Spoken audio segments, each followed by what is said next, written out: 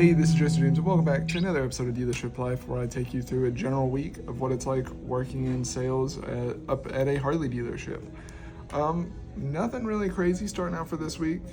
Got an appointment coming in later in the week for Heritage that I'm pulling from one of the sister stores. As for anything going on in the business office, I don't really have anything like so far on the books of like, hey, this is coming down the pipeline.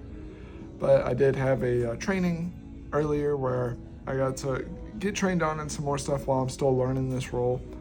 But yeah, nothing crazy. But just so right now, just kind of doing the old call-in and getting stuff done. I will say it's a lot easier to get that stuff done when I have my own working space away, so there's not a whole bunch of stuff bombarding me in every given moment. But the week's young. We'll see what happens.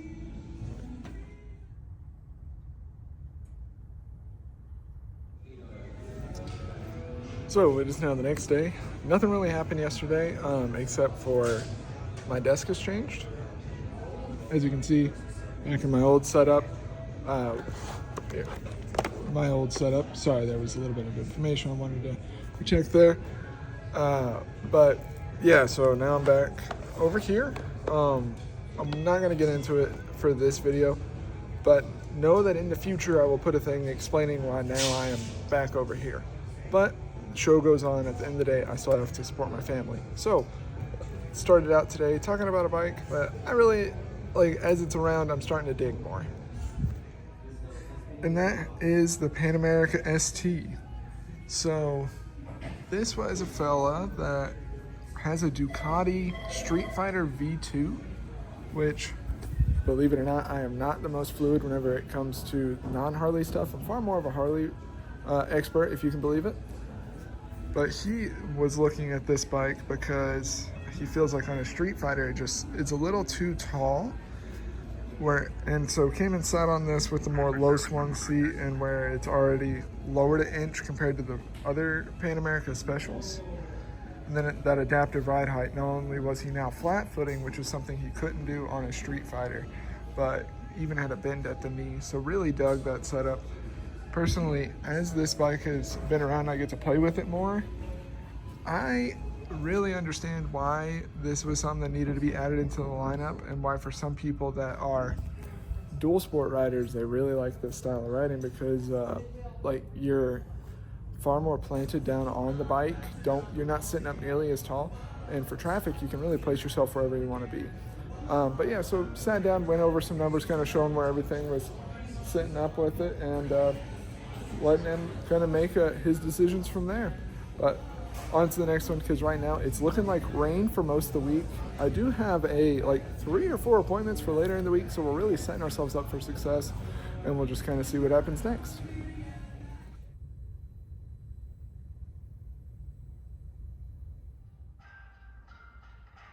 So it was a little bit of a later time yesterday, amongst all the rain. Showing off this bike. It's 2019 Road Glide. Showed some looking anew, but it was just, if my job didn't involve banks, it would be a lot easier. And so ran into some banks, just bank business as it were. But we're still was looking at this bike. It's a great little setup, especially for a pre-owned bike, because it's got a lot of stuff already done to it. He was wanting to take a Road King and put a fairing on it, but then I took this one in, because I guess I should back up and say I'd already been kind of working with him before, and everything was lining out, but it was looking at a Road King, but this Road Glide came through, exact color that he wanted, already had the 114, and the important things for him was it already had the fairing and speakers done up, nice Mustang seat, and exhaust. Granted, just slip-ons, but it's still better than nothing. But no, so we got over to this one. It's but still fighting with the banks on this, so it's going to be a thing where I've got to kind of work and do what I can to get him out riding on it. That's where I'll work with my finance manager, and he's going to see if he can't find a co-signer as well, just to help out, because his situation is like a lot of people out there, where he doesn't have bad credit. It's just getting it established, and they don't teach that in school, so helping him get it started in the right way is what the challenge is on this one. But we'll see how that turns out. So just got done talking with a fellow about this style of bike being the Street Bob. And the reason for that is, it's funny, he actually came in just to talk about RA stuff. No real interest in bikes because take a step back. No interest in buying a bike, I should say, because he had just bought a brand new Honda Rebel 300 last Friday at as the time of recording this, so literally a week ago.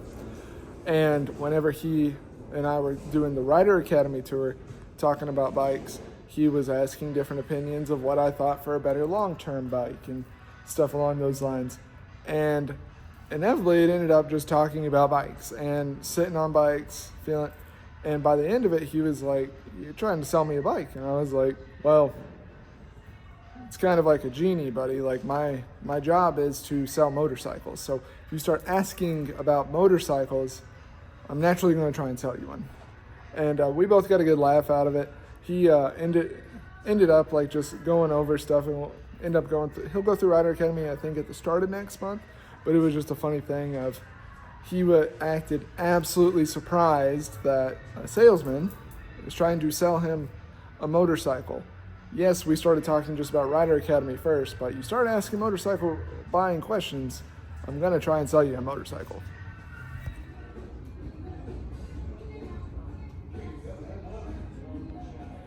So that is a 2017 Heritage. It was one of two of the appointments that I had coming in this morning. One of my appointments ended up ghosting me, didn't even show, called, nothing. But for the other one, it was coming in on that. Fella looking to downsize from his Ultra Classic, going over to a Heritage. In his own words, his long haul riding days were behind him. But something weird happened with it. So we went out and rode on the bike, did a demo of it, see if he liked it, because with his Ultra Classic, it was paid off, not eating anything. So to go over to another bike, it's like, let's make sure it's actually, like, you're gonna like the way that it rides and stuff.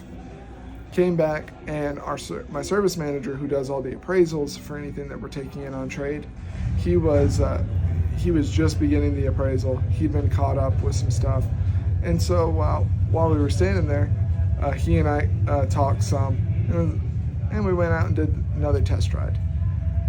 Whenever we came back, after that, it was coming inside, everything was built up, and going over the numbers. We sat down, and maybe like 60 seconds had gone by, and he said, "You know what, this is taking too long. I'm out." And by the time I went up to my sales tower and told my managers, like, "Hey, he left," they were literally had the paperwork to come out and show him everything. So like two things kind of come to mind. The first one being like that time kills deals. So fast is smooth, and smooth is fast.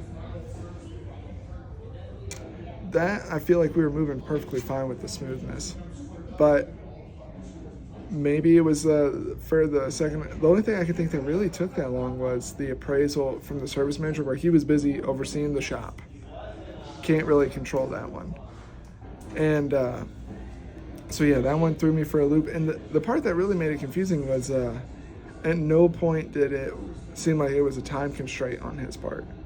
So I don't know if maybe I misread or what, but it was one of those where, like, later I called him back and told him all the numbers on the paper and whatnot. And we were a little far apart of where he was looking to be to just what he was looking to spend between the two bikes, because his bike was a 2013, so a few years older with a good amount of miles on it. But it was, so I was like, hey, no hard feelings on that, and even, like, yeah. But the other thing, so that was one where I was like, man, really thought that was down, had that one down. But the second thing I bring up is got to have memory of a goldfish, so just got to move on to the next thing. Can't let that keep you down. So at the time of me recording this outro for this video, it is like 2 weeks later from whenever I recorded that. I took a week off from the store and just stayed home, kind of got my mind right with it. What I think's interesting, because like now I'm editing this video to put it out, right?